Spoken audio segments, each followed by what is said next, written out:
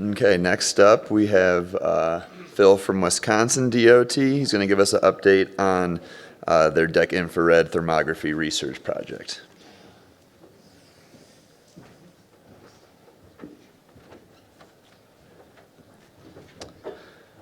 Good morning.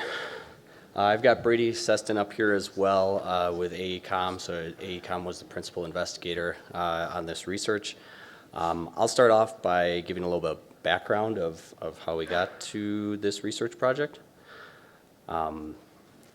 These slides will be available later, so don't worry about copying down the links, but just wanted to draw attention to some other presentations that give some more background on what we do in Wisconsin as far as our BMS software, element and defect recording, and then how thermography and other bridge deck NDE tie into that.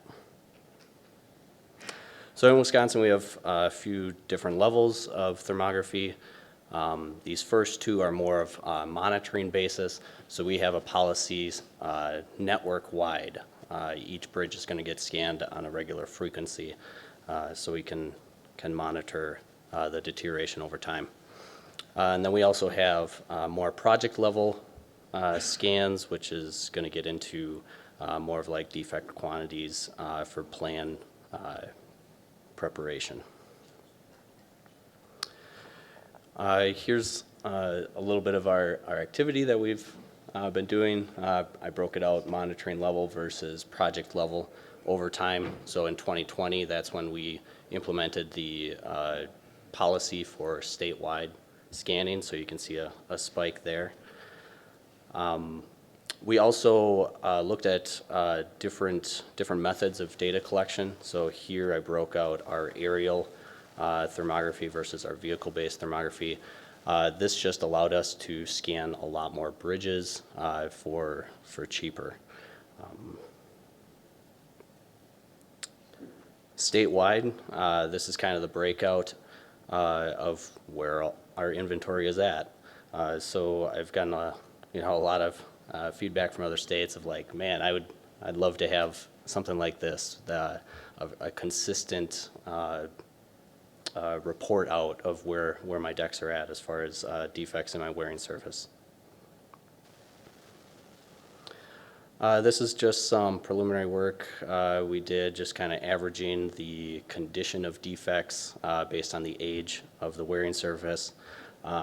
There's bare deck in blue there at the bottom, and then concrete overlay in orange.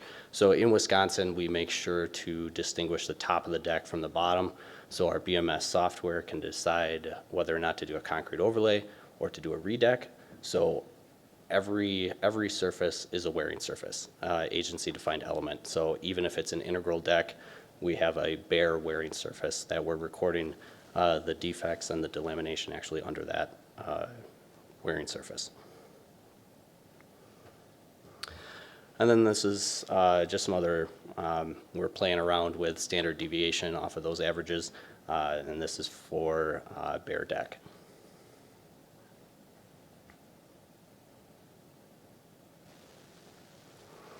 There is a lot of scatter in the data, so here it just kind of shows the scatter over time for concrete overlays.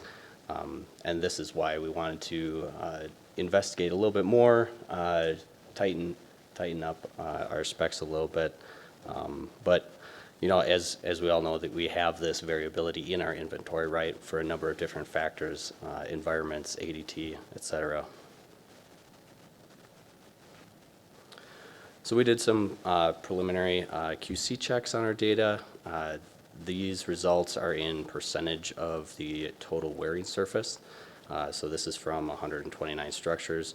Most of them in our method-to-method comparison of scans that were performed less than 2 years apart, there was a difference of less than 1% between those scans. Some other QC checks we did to kind of break out each type or each method. Our aerial collection found on average 2% less defects. Chaining after aerial found on average 2% less defects. So When we went with aerial collection, we knew it was less detailed than the vehicle-based. That was a decision we just made just based on economics. We accepted that, we're going to have some level of monitoring first, and then we'll get more detailed over time as a project is approaching. So we were okay with that variability in the data. And then you can see chaining after level 1, which is vehicle-based IR collection. There was an average of 0.2% less defects. And then level 1 after aerial, again, correlated well with 2%. And then level 2 after level 1, so level 2 just goes into a little bit more detail, a little bit more in-depth analysis, and then that was very close to our level 1 results overall. So we were also interested in,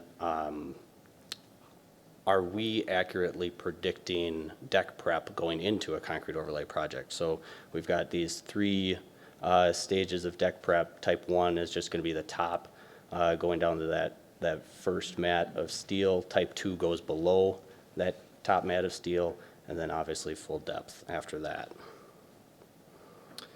So for this example, shallow deck prep quantity was about 500 square feet.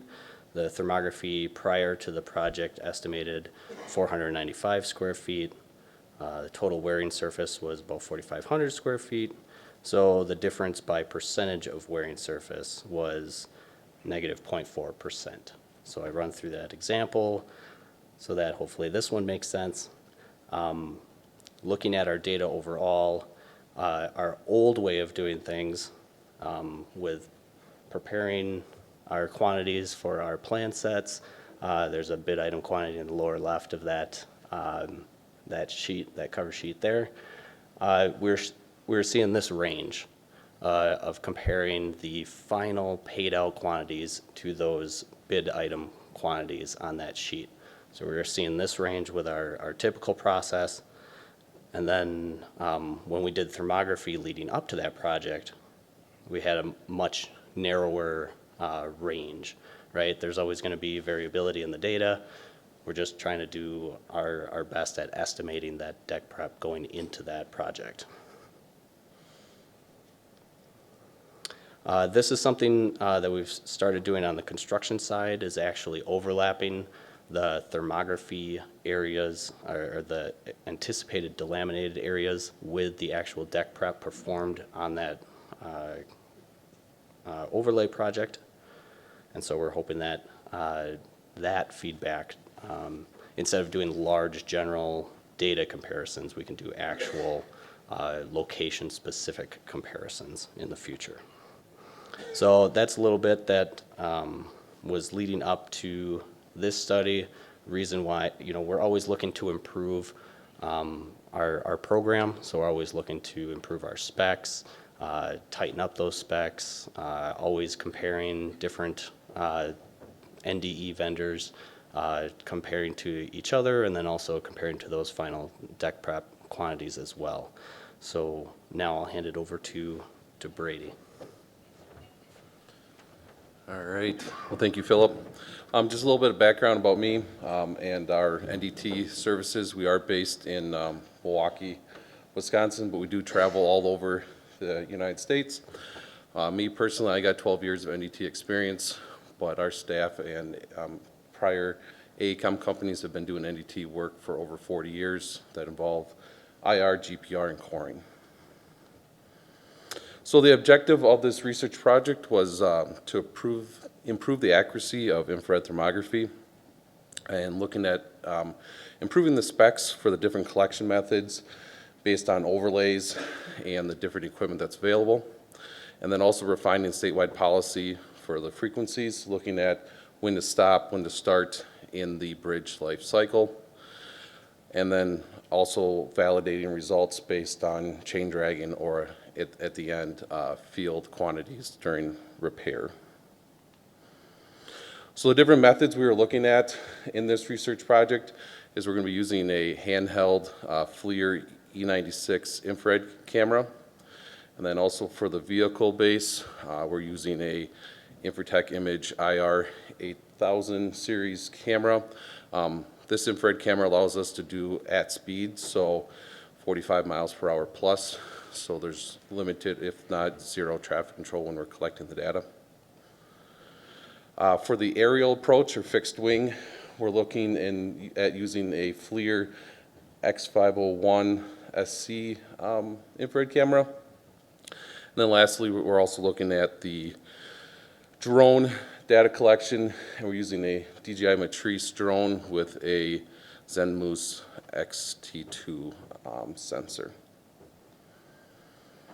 So what you're seeing here is actually aerial photography. The top image is the live, bottom image is going to be your infrared. So this is just a couple examples of different overlays that we're looking at. In this case here, it's a bare deck. You can see the delaminations in the patches in the top and the live. They show up also in the bottom, and then you can also see some faint areas, which are the actual delaminations showing up with this IR scan. We're also looking at bituminous overlays. This is a really good image just to really point out where the patches are in the top live image, and then in the bottom you can also see the patches that are outlined with the sealant, and then also this deck is scattered with delaminations. We're also looking at concrete overlays. With concrete overlays, you're going to be tending to have the delaminations a little bit larger, a little bit bigger in the area, sometimes, thicker air gaps, so you're getting more of a wandering kind of a wavy pattern in the thermal signature. We're also looking at TPOs. This deck here is actually a TPO over a concrete overlay. You can see some areas where the TPO is worn off, and then also some patching. There are delaminations there to a trained eye, so believe me on that. We're also looking at polyester polymer concrete overlay, as that's a little bit a new overlay here in Wisconsin that they're working out. This is actual vehicle based, so collected at speed of traffic. And again, you can see the delaminations, and then in the delaminations you can actually see the cracks at the surface, and you can kind of see the cracks in the surface on the live image on the left. So what we're also looking at is looking at each overlay type and looking at time of day of when we should scan these decks. So this is just a quick preview of different time of days and the results that we got. So at 6 o'clock is on the left. The square box is the solid area, and then the oval is the delaminated area. At 6 o'clock in the morning on this day, we actually had a negative temperature swing where the delamination was colder than the solid area. By 8 o'clock, that difference has equaled out and they're in equilibrium. By 11 o'clock, you're getting a 1 degree temperature swing, and then by about 2 o'clock, you're getting a little bit higher temperature swing. So by the 4 o'clock scan, you're starting to see that the temperature swing is starting to go back down, starting to normalize. And then by 6 o'clock at night, you're getting a half a degree temperature swing. And then between, I think, 6 o'clock and 8 o'clock is the actual where they flip. The delamination's cooler, and you're looking for the cool areas in the bridge deck versus the hot areas. And that kind of switches in the temp changes, and it's at almost a degree difference at 10 o'clock. And then again, just 1 o'clock in the morning, we're at 1.4 difference, and then it starts to equalize out around 4. We're also kind of doing this on bare decks. This is just an example. On the left is a live image of the deck. On the right is a delamination and a concrete overlay. Again, with concrete overlays, the big area is the delaminated area. They are larger in size.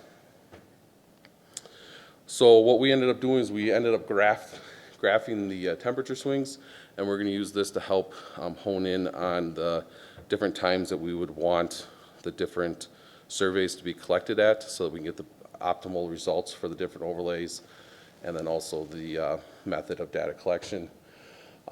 These are just based on the decks you just saw. They're a little bit preliminary, and we're going to be looking at a couple more decks. The blue is the bituminous. The orange is the bare deck.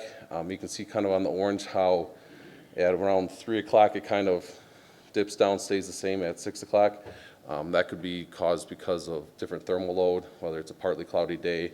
The intensity of the sun has reduced a little bit, but you're still getting about a half a degree temperature swing. Most of these cameras that we are collecting data with do have a 0.02 degree Celsius, change that they can detect.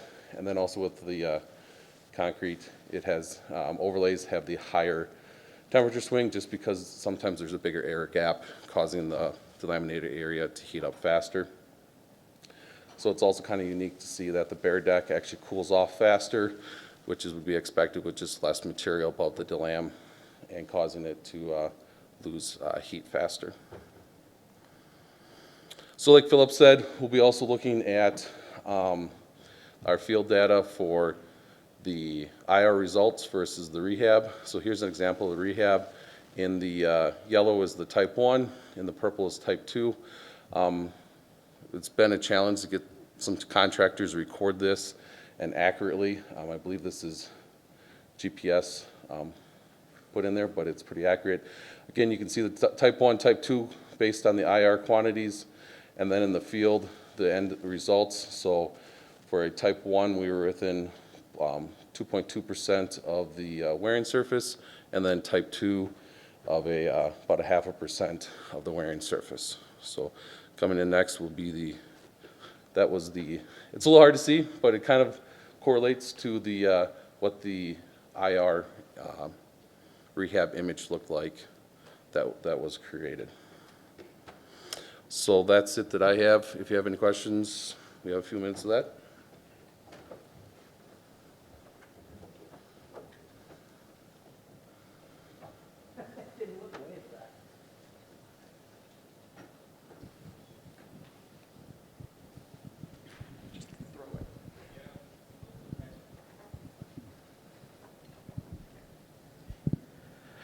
Thank you very much for the presentation and the great results that you actually shown. On one of the images, I saw that you did some very successful infrared thermography on autonomous overlay. Yep. So my question is, first off, it is like a pretty difficult job to get meaningful results out of that. So congratulations on doing so.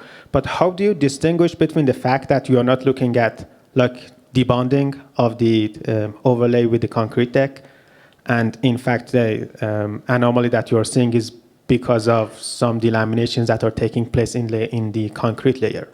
And then another question regarding that again is, how can you tell whether that anomaly is not really like material difference and some interesting properties of like asphalt at that specific location? Because as you know, it is asphalt is not as uniform as concrete when especially the overlay work is being done. And if there are any other like complexities that you actually saw when you were looking at like asphalt overlays compared to other, for example, structural overlays. Thank you. Yeah, so that's a good question. Asphalt overlays, I know it's been an interesting topic. We have actually found that sometimes the asphalt overlays actually hold the heat a little bit better, so they actually will show up to laminations a little bit better. When you're looking at the infrared, we tend to get a different pattern in the infrared defect for a debond, which would be in the asphalt concrete interface, versus a delam, which is down at the steel level. So we're looking at different signatures when we're looking at the data of how the IR is shown. And then also we have the live image that we look while we analyze the IR data to look for those anomalies on the surface and see if there is something with the material mix while we're analyzing the data. Hopefully that answers your question.